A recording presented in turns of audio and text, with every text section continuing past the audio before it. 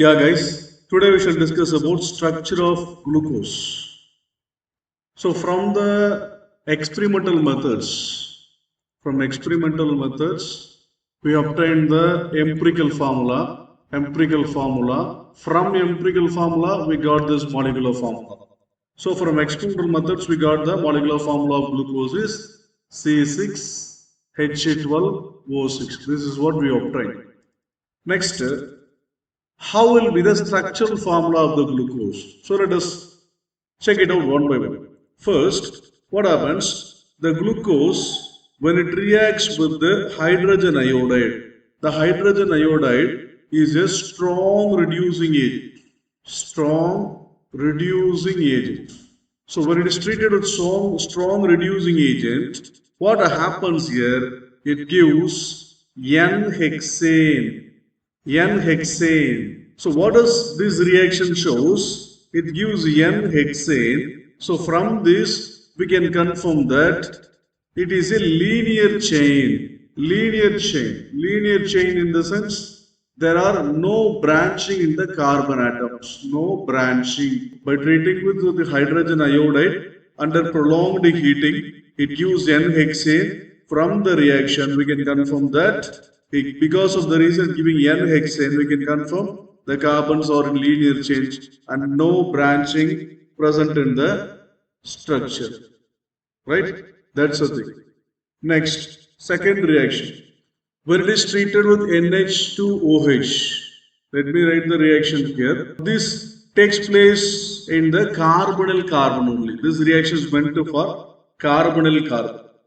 When carbonyl carbon is there in a compound, the NH2OH and HCN can react with it. Let me explain in detail. Listen here, this carbonyl carbon, rest let me write as it is. The remaining things will be there. Right? Let me write it clearly here. C double bond O H. Again, let me write the structure here. CHOH 4 times and CH2OH. So if I am adding NH2OH here, let me write clearly here for convenience. This N H H NH2OH. So what happens here? This water molecule gets eliminated. And gives a structure like this. C H double bond N OH and remaining as it is, that is CHOH 4 times and CH2OH. Right? So this structure is called as oxime. Right? So with NH2OH, it gives oxime, which confirms the presence of carbonyl carbon. Right. What happens with HCN? Let me write it here.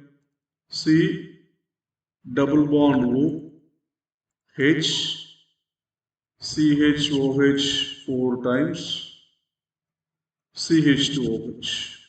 Right. So the HCN, what it happens? It divides into H plus and Cn minus. Already the carbon in the carbonyl carbon is acidic in nature because of the high electronegative nature of this oxygen atom. So here there will be a semi-positive charge here. The nucleophile will go and attack this acidic center. Meanwhile, the oxygen takes away its electron over here. And oxygen will become O minus, right? And then this H plus will join with this O minus. So the product will be C OH. Here Cn will be attached. Here H will be as it is. Here CHOH 4 times and here CH2OH. So this form is called a cyanohydrin. Right? So this also confirms the presence of carbon. So by reacting with NH2OH and HCN, by forming oxime and cyanohydrin, we can confirm the presence of carbonyl group in the glucose molecule. This is the thing. What happens here? The CHO, this is a glucose molecule. When it is treated with the NH2OH, it gives the oxime. The change has been taken place here. So that is why it is noted here. And when treated with HCl, it gives cyanohydrine. Gives cyanohydrine. So this confirms the presence of carbonyl group. Right? By this reaction, we are confirming the presence of carbonyl group. Next, when this glucose molecule, when it is treated with a BrH2, that is this is a mild oxidizing agent. Mild oxidizing. This is a mild oxidizing agent. What happens here? This aldehyde gets converted into an acid, that is COOH, CHOH 4 times. Here CH2OH.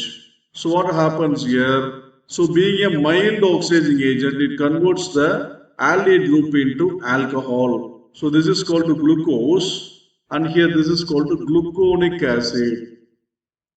This is called gluconic acid. So we can say that the glucose has been converted into gluconic acid by use of the mild oxidizing agent, so that we can confirm the presence of CHO group. We can confirm the presence of aldehyde group by this reaction.